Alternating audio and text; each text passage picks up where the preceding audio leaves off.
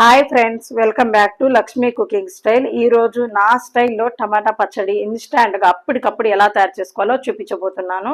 Taste అయితే చాలా అయిపోతుంది, చాలా తొందరగా అయిపోతుంది. అలాగే తక్కువ ఇంగ్రీడియంట్స్ అండి. ఓన్లీ ఒక్క టమాటా ఇంట్లో ఉంటే మనకి సరిపోతుంది. ఇంట్లో ఏ కూరగాయ లేనప్పుడు ఓన్లీ టమాటా ఉన్నప్పుడు ఇలా చేసుకోండి. టేస్ట్ చాలా బాగుంటుంది, మీకు ఖచ్చితంగా నచ్చుతుందండి. ఇప్పుడు ఈ పచ్చడి చేసుకోవడం కోసం స్టవ్ ఆన్ చేసుకొని ఫ్లేమ్ని లో ఫ్లేమ్లో పెట్టుకొని బాగా పండిన ఒక 5 టమాటాలను తీసుకోవాలి. అలాగే మనం పుల్కాలు చేసుకునే ప్యాన్ ఉంటుంది కదా, దాని మీద పెట్టుకొని టమాటాలను అటు ఇటు తిప్పుకుంటూ టమాటా పైన ఉన్న తోలు అనేది నల్లబడే వరకు అండి. టమాటాని లో టు మీడియం ఫ్లేమ్ని పెట్టుకొని టమాటా లోపల వరకు మెత్తగా ఉడికే వరకు మనం అటు ఇటు తిప్పుకుంటూ కాల్చుకోవాలి. అలా కాల్చుకోవడం వల్ల టమాటా అనేది లోపల బాగా ఉడికిపోతుంది. అలా ఉడికిపోతే మనకి టేస్ట్ చాలా బాగుంటుందండి.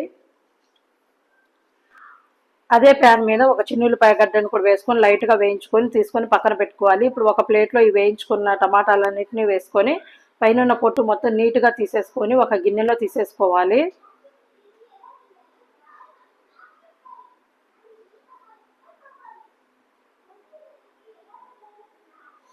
ఇప్పుడు టమాటాల పైన తొక్క మొత్తం తీసేసుకొని ఒక గిన్నెలో వేసుకున్న తర్వాత మనం కాల్చుకున్న వెల్లుల్లిపాయను కూడా ఇలా పొట్టు తీసేసుకొని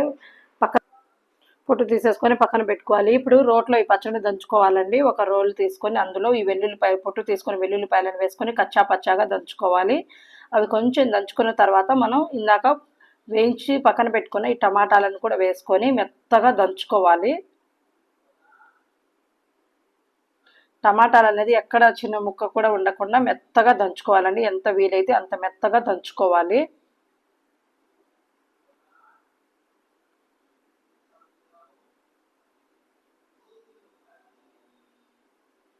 ఇలా దంచుకున్న తర్వాత ఇలా వీడియోలో చూపిస్తున్న విధంగా మెత్తగా దంచుకోవాలండి. ఎక్కడ అనేది పలుకులు లేకుండా మెత్తగా ఇలా దంచేసుకోవాలి. ఇప్పుడు మీ రుచికి తగినంత కారం, అలాగే రుచికి తగినంత ఉప్పు వేసుకోవాలి. టమాటాలు అనేవి పులుపు ఉంటాయి కాబట్టి వాటికి తగినట్టు ఆ టమాటాలకి మీరు తీసుకున్న టమాటాలకు తగినట్టుగా ఉప్పు కారం అనేది ఒకసారి టేస్ట్ చూసుకొని ఎంత పడితే అంత వేసుకోవాలి. నేనైతే ఇక్కడ 2 టేబుల్ స్పూన్ కారం, 1 టేబుల్ స్పూన్ ఉప్పు వేసుకున్నాను. వేసుకొని ఇలా మెత్తగా దంచుకోవాలి. ఇలా దంచుకొని ఒక గిన్నెలో తీసేసుకోవాలి.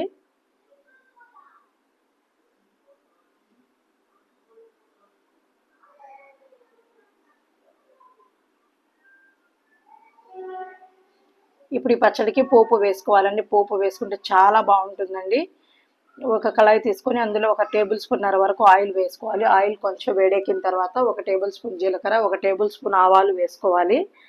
అలాగే కచ్చా పచ్చగా దంచుకున్న 4 వెల్లుల్లి రెమ్మలను కూడా వేసుకోవాలి. అలాగే 2 రెమ్మల కరివేపాకు, ఒక చిటికెడు పసుపును కూడా వేసుకొని తాలింపుని దోరగా వేయించుకోవాలి. వేగిపోయిన తాలింపులో మనం ఇందాక దంచి పెట్టుకున్న ఈ పచ్చడిని కూడా వేసుకొని ఒక్క 2 నిమిషాలండి ఫ్లేమ్ని లో ఫ్లేమ్లో పెట్టుకొని ఇలా కలుపుకుంటూ వేయించుకున్నామంటే చాలా బాగుంటుందండి. ఈ పచ్చడిని వేడి వేడి అన్నంలో ఈ పచ్చడి వేసుకొని తింటే అసలు రోజు తినే అన్నం కంటే కూడా 2 ముద్దలు ఎక్కువే తినేస్తాము. అంత బాగుంటుంది టేస్ట్ అనేది. ఒక్కసారి ఇలా ట్రై చేయండి, చాలా చాలా బాగుంటుంది.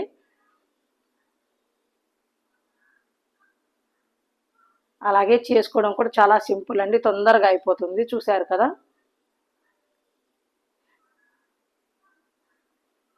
ఈ వీడియో కనుక మీకు నచ్చితే నా ఛానల్ని సబ్స్క్రైబ్ చేయండి, లైక్ చేయండి, అలాగే కామెంట్ చేయండి. మీరు కనుక ట్రై చేసి ఉంటే ఖచ్చితంగా ఎలా వచ్చిందో కామెంట్ చేయండి.